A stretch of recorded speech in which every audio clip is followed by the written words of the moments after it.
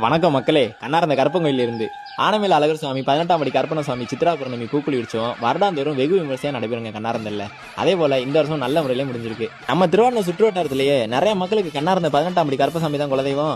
என் குலதெய்வம் கூட அதுதான். மற்ற கோயிலில் இல்லாத புதுவித அனுபவங்க கண்ணாரந்தல் பூக்குழி உற்சவம். மதுரையில் ஆத்துல அழகர் இறங்குற அதே வைபவத்தன்று இரவு பூல இருக்க ஆரம்பிச்சு காலையில கமையில குளிச்சு மாலை வாங்கி போட்டுட்டு காப்பை கட்டிட்டு 18ஆம் படி கருப்பனை வணங்கிட்டு எல்லாரும் பூ மிதிக்க ரெடி ஆயிட்டாங்கன்னு பார்த்தா ஆனா அதுதாங்க இல்ல.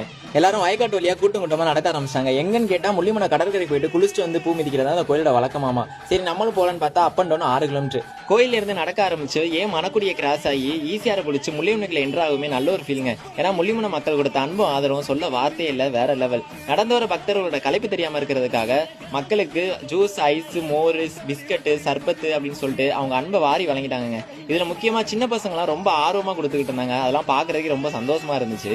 ஃபைனலாக கடற்கரை ரீச் ஆகிட்டு அங்கே புனித நீர் ஆடிட்டு அங்கே இருக்கிறக்கூடிய காவல் தெய்வங்களெல்லாம் வணங்கிட்டு திரும்ப கண்ணாரந்தல் நோக்கி நடக்க ஆரம்பிச்சிட்டாங்க. கோவில நெருங்கவும் தான் தெரியுது 1500க்கு மேற்பட்டவங்க பூ மிதிக்கிறதுக்காக வெயிட் பண்ணிட்டு இருக்காங்கன்ட்டு. நம்ம சுற்றுவட்டாரங்கள் மட்டுமின்றி வெளிமாவட்டத்துல இருந்தும் அவ்வளவு பக்தர்கள் வந்து கலந்துக்கிட்டு பூ மிதிச்சுட்டு கண்ணாரந்தல் 18ஆம் படி கருப்பனை வணங்கிட்டு போறாங்க. குறிப்பா இந்த கோயிலுக்கு தீ மிதிக்க வரும் பக்தர்கள் அழகு குத்தி வேல் போட்டு காவடி எடுத்துட்டு வரும்போது எந்த ஒரு ஜாதி அடையாளங்களோட வந்தாங்கன்னா அது முற்றிலும் தவிர்க்கப்படுது. அப்படியே அதை மீறி தீ மிதிக்கும் பக்தர்கள் அடுத்த வருடம் தீமிதி திருவிழால அவங்க கலந்துக்க முடியாதுங்கிறது இந்த கோயிலோட வழக்கு முறையா ஒன்றா இருக்கு. 18ஆம் படி கருப்பண சுவாமி நம்ம எல்லாருமே பொதுவான தெய்வங்க. உங்கள இந்த வீடியோ பார்த்துக்கிட்டு இருக்க எத்தனை பேர் இந்த கோயிலுக்கு